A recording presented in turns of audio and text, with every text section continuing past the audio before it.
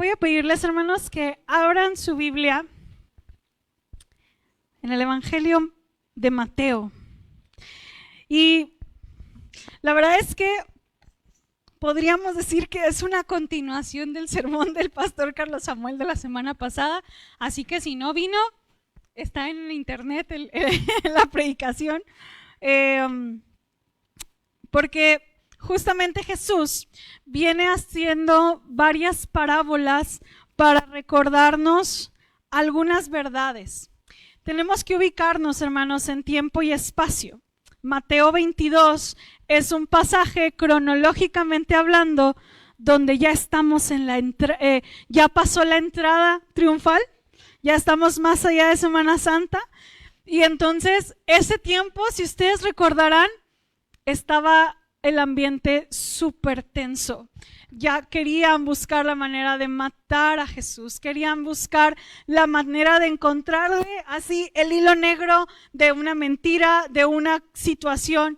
Y entonces Jesús, tomando su autoridad, hace 3 parábolas, una de ellas la que contó el pastor Carlos Samuel la semana pasada, y hoy otra parábola donde responde a quién tiene la autoridad y quién ha perdido esa autoridad y por qué lo ha hecho. Y vamos a leer el Evangelio Mateo 22. Primero acompáñame hasta el 8. Dice así: respondiendo Jesús, les volvió a hablar en parábolas diciendo: el reino de los cielos es semejante a un rey que hizo fiesta de bodas a su hijo y envió a sus siervos a llamar a los convidados a las bodas, mas estos no quisieron venir. Volvió a enviar a otros siervos diciendo: decid a los convidados, he aquí he preparado mi comida, mis toros y animales engordados han sido muertos y todo está dispuesto, venid a las bodas. Mas ellos, sin hacer caso, se fueron, uno a su labranza y otro a su negocio, y otros, tomando los siervos, los afrentaron y los mataron. Al oírlo, el rey se enojó y enviando sus ejércitos destruyó a aquellos homicidas y quemó su ciudad. Hay varios personajes que tenemos que tomar en cuenta, hermanos. El personaje principal, recuerden que Jesús siempre está diciendo el reino de los cielos es como, y te habla del personaje a quien tú tienes que poner atención. Y en este caso es un rey. Mucha gente dice que es la misma parábola de la invitación de bodas que encontramos en Lucas, pero la verdad es que haciendo ya el contraste son bastante diferentes. Pero en esta hay un rey, hay una boda, una fiesta y la boda de su hijo. En aquellos tiempos, las bodas, además de ser muy importantes, se hacía una doble invitación. Una como en un mes de anticipación y la otra ya para ir por ellos y confirmar la boda. Y el rey hace una invitación a sus convidados, a sus cercanos, acerca de la boda. Y resulta que estos cercanos, dice así, sencillamente no quisieron venir. Un rey que hace un banquete, un rey que hace una fiesta y simplemente dijeron, no quisieron venir. Después nuevamente el rey envía a sus otros siervos y les dice, díganles por favor díganles que ya está todo listo, ya está listo, ya el toro quemado, todo está listo para la fiesta. Vayan por favor otra vez.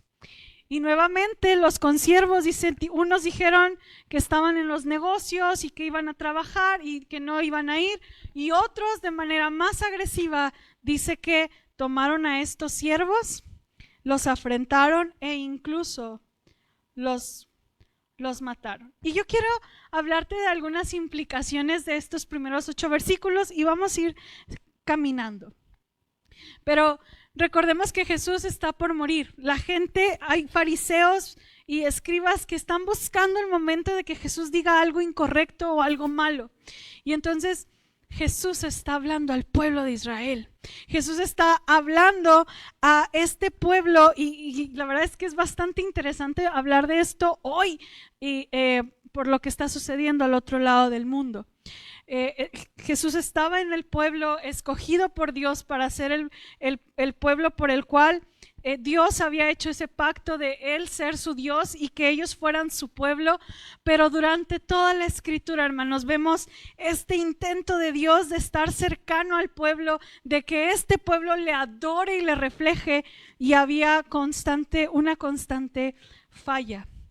Y llegó un punto en que Jesús está diciendo: hay un rey representando el amor del Dios, poniendo a Él a la mesa una cercanía y una comunión con el hombre.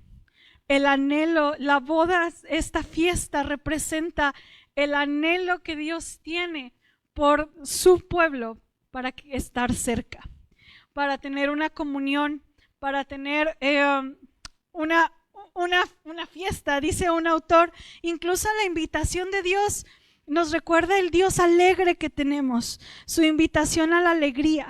A veces el considerar el cristianismo como una renuncia lúgubre a todo lo que trata de risa y regocijo está muy lejos de lo que Dios implica o espera, porque aquí vemos que el acercarse o la invitación al Rey es a una fiesta, a un momento de alegría y de gozo. Dios está invitando y está esperando, y los primeros invitados en esta historia, hermanos, es el pueblo de Israel, los fariseos, aquellos a quienes fue primero el mensaje. ¿Y qué pasó en esa invitación? No quisieron venir. Y entonces nuevamente vemos esta gracia y este amor para con el pueblo, porque Dios les dice: no, vayan y díganles que ya está todo listo, ya hay, todo está listo para circo, maroma y teatro, están listos para este momento.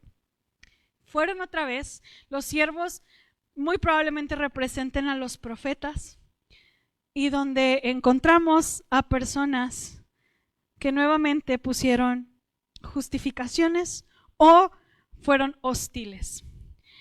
Hermanos, la realidad es que Dios prepara un banquete para nosotros. Dios quiere estar cerca y tener comunión, y Dios es incluso, me atrevo a decir, insistente en querer estar entre nosotros y en querer estar cerca de nosotros. La mesa está servida para su pueblo, y los primeros invitados dijeron: no, gracias, resumiendo una actitud rebelde de parte de los judíos. Y sabes, los primeros que hacen: tengo negocios, estoy ocupado, no puedo, nos dan a entender que la indiferencia se convierte en un insulto al Rey.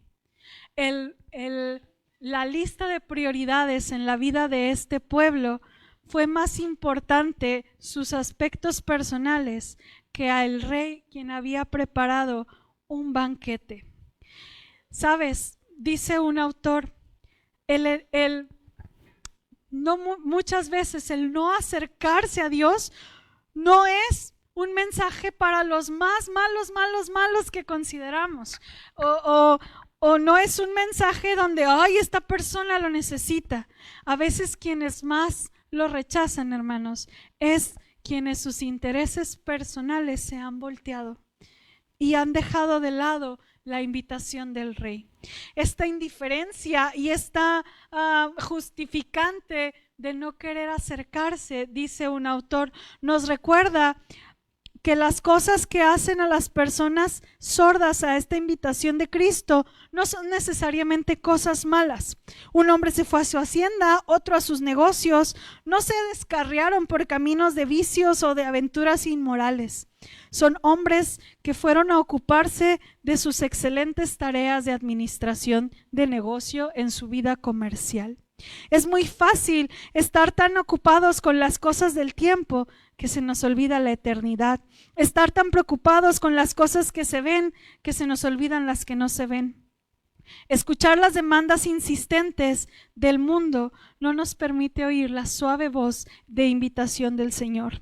La tragedia de la vida es que son a menudo las cosas menos buenas las que desplazan a las mejores. Las cosas que son buenas en sí mismas son las que excluyen a las cosas excelentes. Tu trabajo es bueno en sí mismo mientras no excluya la excelencia de estar cerca de Dios. Tu pareja es excelente mientras no excluya tu relación con el Señor. No lo sé, tus hobbies, tu forma de entretenerte son excelentes, no estás haciendo algo malo, mientras esas cosas menos buenas no entorpezcan la excelencia de estar cerca de Dios. Estos hombres no tenían algo malo que hacer y podemos decir, tenía trabajo, tenía negocios, había que administrarlo, pero eso fue lo que entorpeció una hermosa invitación de parte del rey de estar en su casa. Una persona puede estar tan ocupada ganándose honradamente la vida que no se da cuenta que está realmente perdiendo su vida. Puede estar tan ocupada con la administración y organización de su vida que se olvida verdaderamente de vivir. Por un lado, estas personas pusieron prioridades ante la invitación del rey.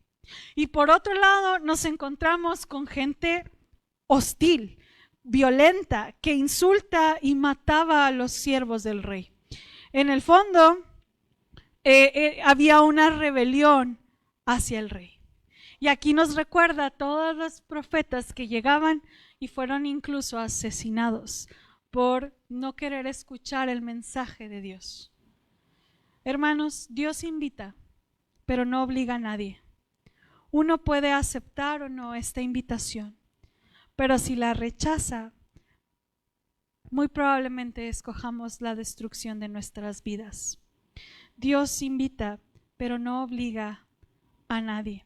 Incluso aquí vemos que el rey había tenido mucha paciencia y ante la hostilidad y la maldad de quienes asesinaron a sus siervos, la ira de Dios también se vio ahí reflejada. Versículo 8 dice, antes de irnos al versículo 8, entendemos la invitación, entendemos que esos primeros convidados a la mesa o a la fiesta eran este pueblo de Israel, estos fariseos que se sentían la crema innata de la sociedad, y ellos fueron los primeros convidados y ellos dijeron, no gracias. No queremos ir.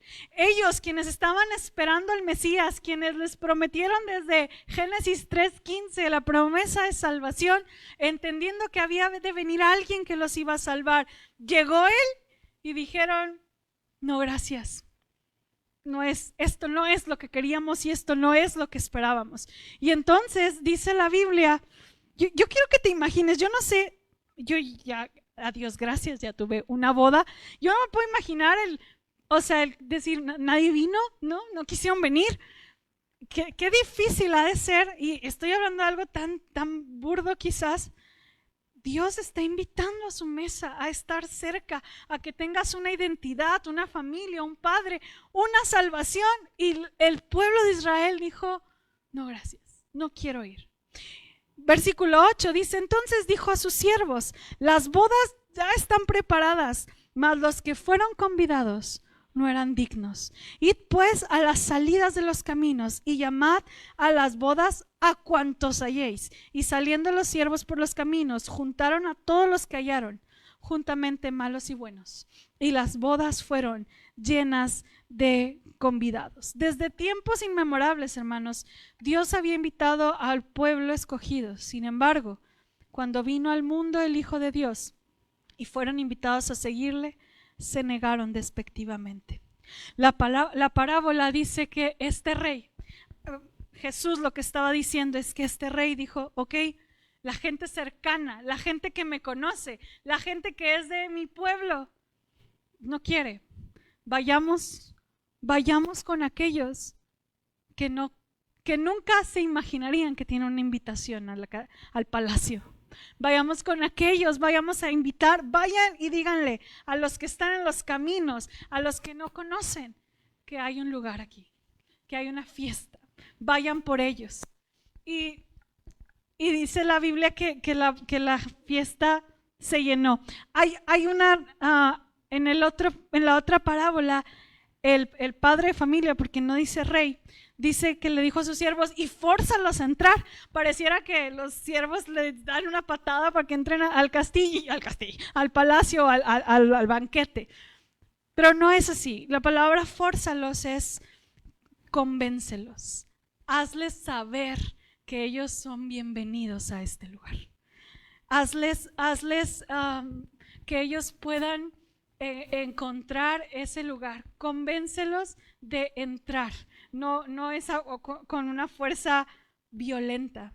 Y seguramente también estos hombres, siervos que fueron por ellos, los llevaron y los convencieron de que este rey tenía un espacio en su mesa para el banquete.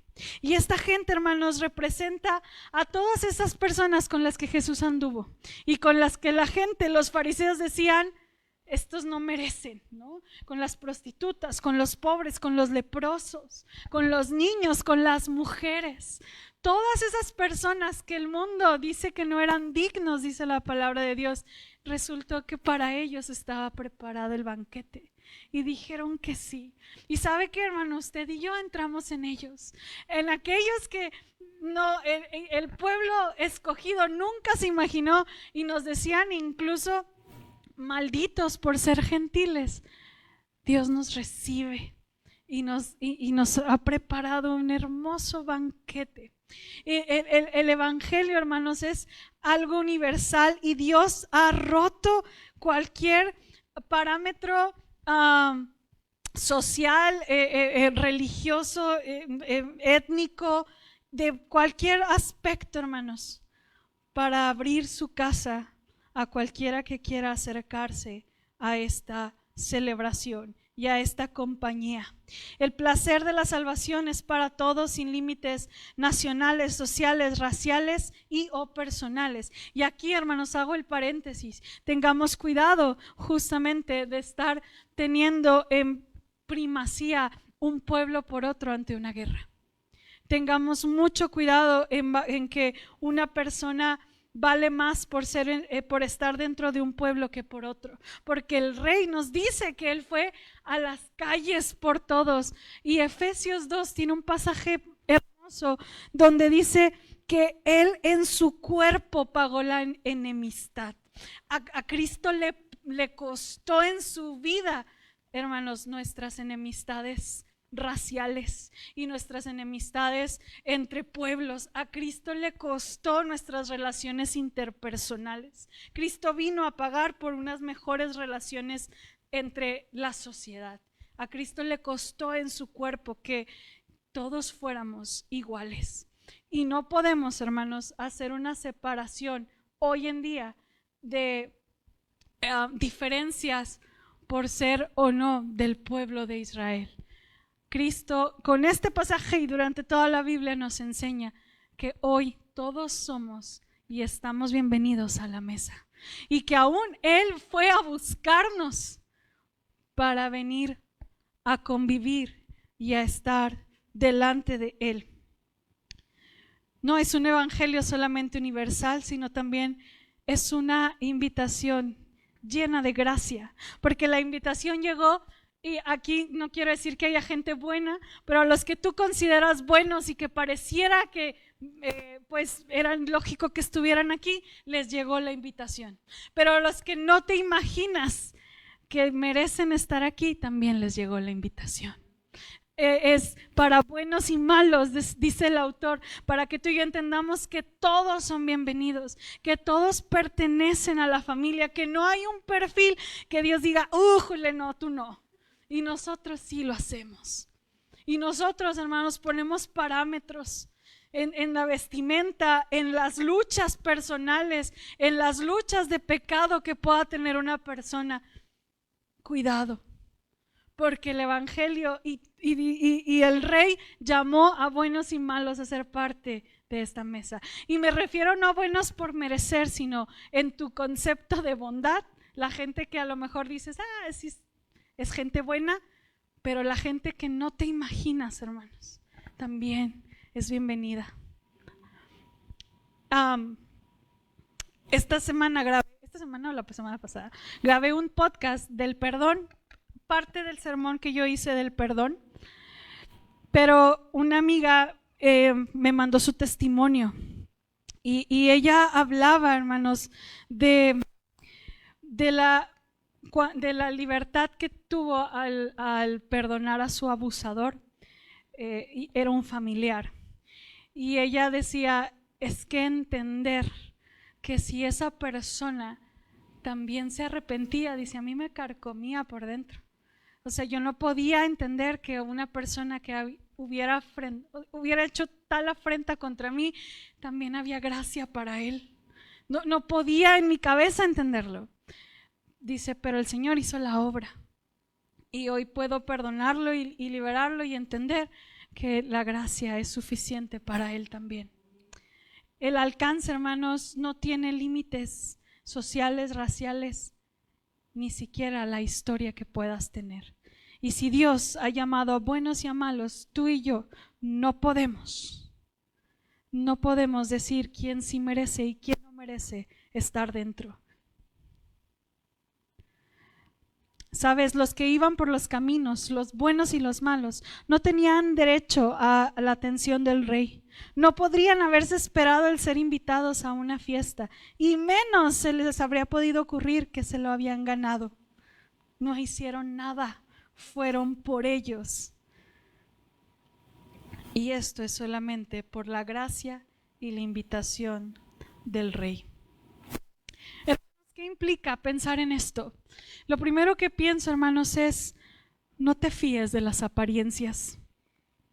Nosotros somos muy rápidos en juzgar por cómo nos vemos y podemos decir, este sí merece estar, o este sí es un buen cristiano porque hace, porque dice, porque va. Los que parecía que debían estar en la boda dijeron que no.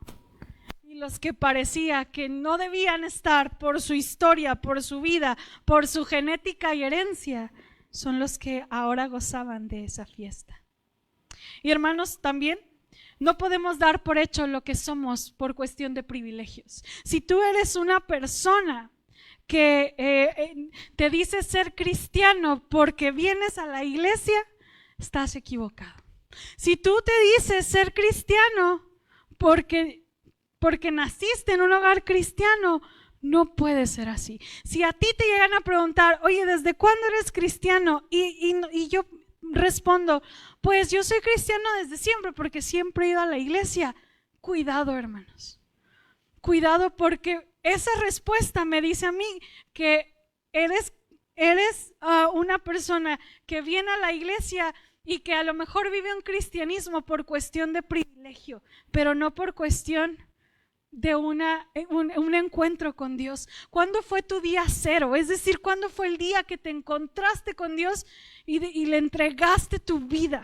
No podemos ser cristianos, o no puedo decir que soy cristiano desde el día que nací, porque nací en una familia cristiana, sin yo tener la conciencia de lo que Cristo hizo por mí. Nadie es cristiano, hermanos, por cuestión de privilegios. Nadie es cristiano por estar sentado en una silla.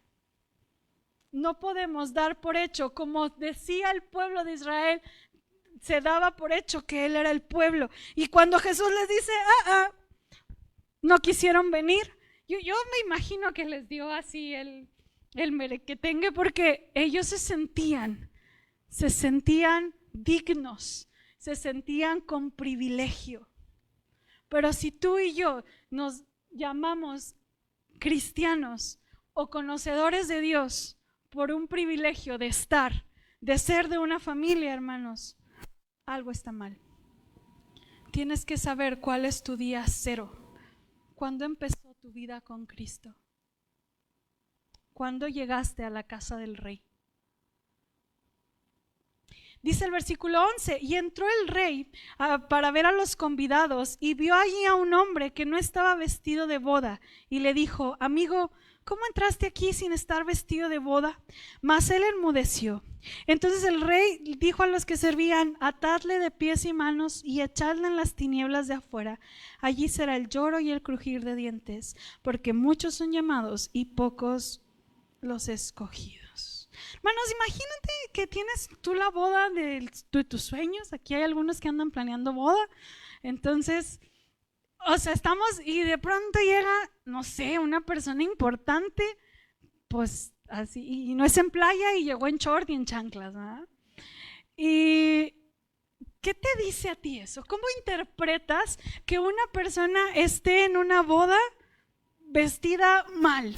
¿No? Que llegó del trabajo y sudado y el doctor que llega en Filipinas, imagínate, ¿qué sentirías? Es algo que a lo mejor interpretas, no importa, no le importa o no lo sé. Gente puede decir, no, lo que importa es la presencia de la persona.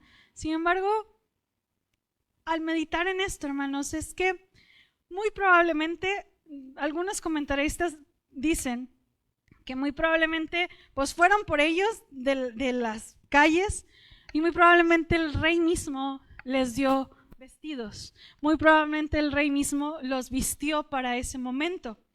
Aquí realmente lo que implica es que el hombre entró de manera extraña y no aprobada por el rey. Y aún así el rey maravillosamente se acerca y le dice, amigo, ¿qué onda contigo? ¿Por qué no andas bien vestido? Y dice la Biblia que este hombre se cayó, no dijo nada.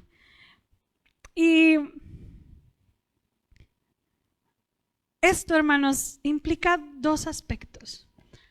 Estando en la casa del rey,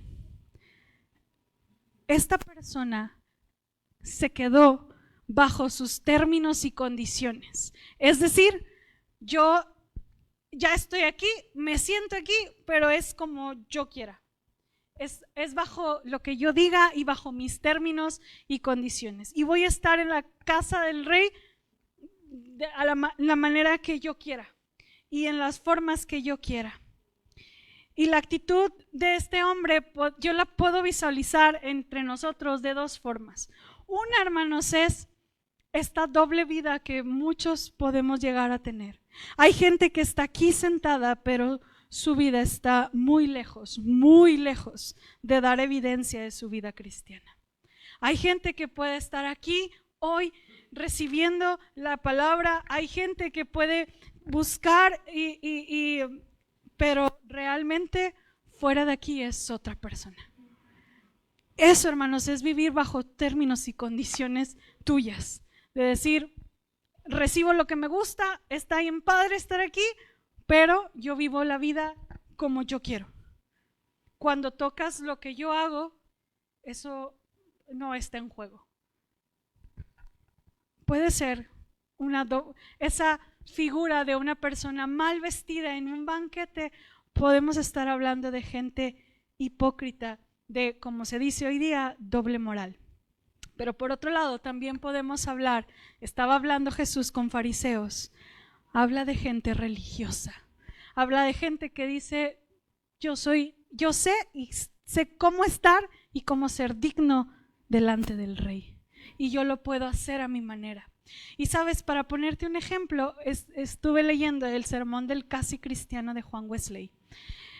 Te lo voy a mega resumir. Pero este sermón justamente te dice, te voy a decir cómo puedes ser un casi cristiano. O sea, estás así como, pero no. Y cuando tú lo lees dices, no, yo no soy ni casi, de verdad. Porque dice, empieza a desarrollar Juan Wesley las características de una persona religiosa, casi cristiana. Y dice, es una persona que tiene una honestidad pagana, es decir, una honestidad no cristiana.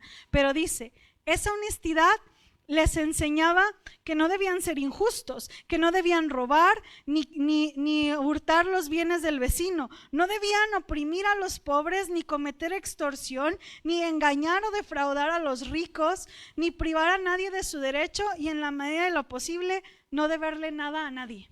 También esta honestidad reconoce la necesidad de rendir tributo a la verdad y a la justicia y por tanto aborrecer no solo a quien jura en falso testimonio, sino también a quien calumnia. También esperan cualquier auxilio que pudiera prestarse sin dañar a otros. Y esto incluye no solamente pequeños favores, sino esforzarse, vestir al desnudo y en general darle a los necesitados cualquier cosa que ellos mismos necesitaran. Esta es la honestidad pagana para el casi cristiano. Y luego dice que también esta gente mal vestida dentro del banquete tiene una apariencia de piedad. ¿Qué es la apariencia de piedad? Son aquellos que no toman el nombre de Dios en vano, que bendicen y no maldicen, que no juran sino que sus palabras son sí, sí y no, no, que no profanan el día del Señor, ni siquiera ni permiten que se le profane, no evite el adulterio, la fornicación y la impureza, y también la palabra o la mirada que se incline a esa dirección. Más aún evita toda palabra ociosa, toda clase de difamación, crítica, murmuración, toda palabra torpe o burlona. Es una persona que se abstiene de vino, en lo cual hay disolución, así como de festines y glotonerías. Es una persona que evita en la medida de lo posible toda disputa y contienda y constantemente procura vivir en paz con todos. Y constantemente asiste a la casa de Dios, y también podemos añadir que cada semana tiene oración familiar. Casi cristiano. Yo me hice mi examen, hermanos, y híjole. Y Juan Wesley pregunta, ¿será posible ir tan lejos y sin embargo no ser más que un casi cristiano? ¿Qué más puede requerirse para ser completamente cristiano? ¿Qué otra cosa, además de todo esto, se requiere para ser completamente cristiano?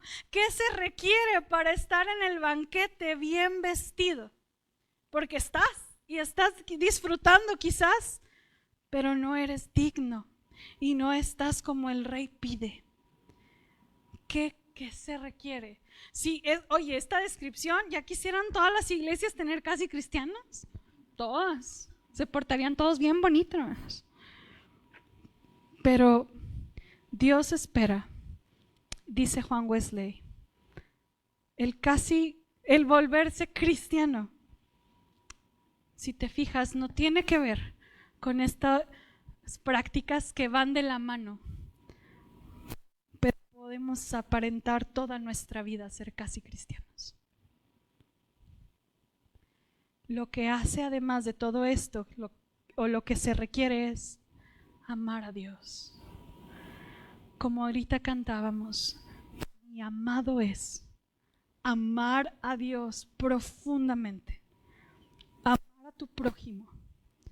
Una fe, una creencia en Dios que produce un arrepentimiento en tu corazón. Y un obrar, y que todo esto mencionado se haga por el amor a Dios y al prójimo. Eso, hermanos, es ser una persona digna o vestida dignamente ante el rey. Aquel hombre había quebrantado la decisión del rey, que al invitarlo demandaba de él un vestido adecuado. El saludo de amigo fue una acusación para quien no se estaba comportando con la condición de un amigo. No había excusa para ponerse lo correcto. ¿Sabes? El final es triste porque dice, atadle y sacadlo fuera. A nadie nos gusta escuchar las consecuencias de lo que pasará estando lejos del banquete. Pero sabes, la prueba más amorosa de Dios para tu vida es que te está advirtiendo. Y también nos recuerda que la llamada de Cristo no es tanto considerar el castigo o qué es, sino que si no seguimos su camino, la verdadera tragedia es estar lejos del Rey. Termino con esto. Estar vestido de bodas significa haber aceptado la invitación hecha por Dios, de haber creído en Jesucristo como el Salvador de tu vida, de haber cumplido sus ordenanzas, bautizarte, ser testigos. Estar vestido de bodas significa haberse preparado de antemano, mediante una vida cristiana sanamente desarrollada y una vida dedicada a servir. Estar vestido de bodas significa haber sido escogido. La invitación es por gracia de Dios. Rechazar la gracia de Dios conduce al castigo eterno. Príncipe de paz, estás preparado para tu encuentro con el Rey. Has aceptado la invitación del Rey a ser parte. Hay un hogar y una mesa para ti. 2, estás preparado para cuando el Rey nos visite y nos vea dignamente reflejando quién es Él y no siendo religiosos o, como diría Wesley, casi cristianos. ¿Por qué no celebramos, hermanos, ese amor del Rey que constantemente está abriendo, buscando, tocando, estar cerca, invitándonos a casa, que constantemente nos dice: amigos, ¿por qué andas así? Vamos a ser transformados. Vamos a entonar el himno Sublime Gracia, entendiendo esta gracia inmerecida del Rey. Vamos a ponernos de pie y entonar como himno de afirmación el himno.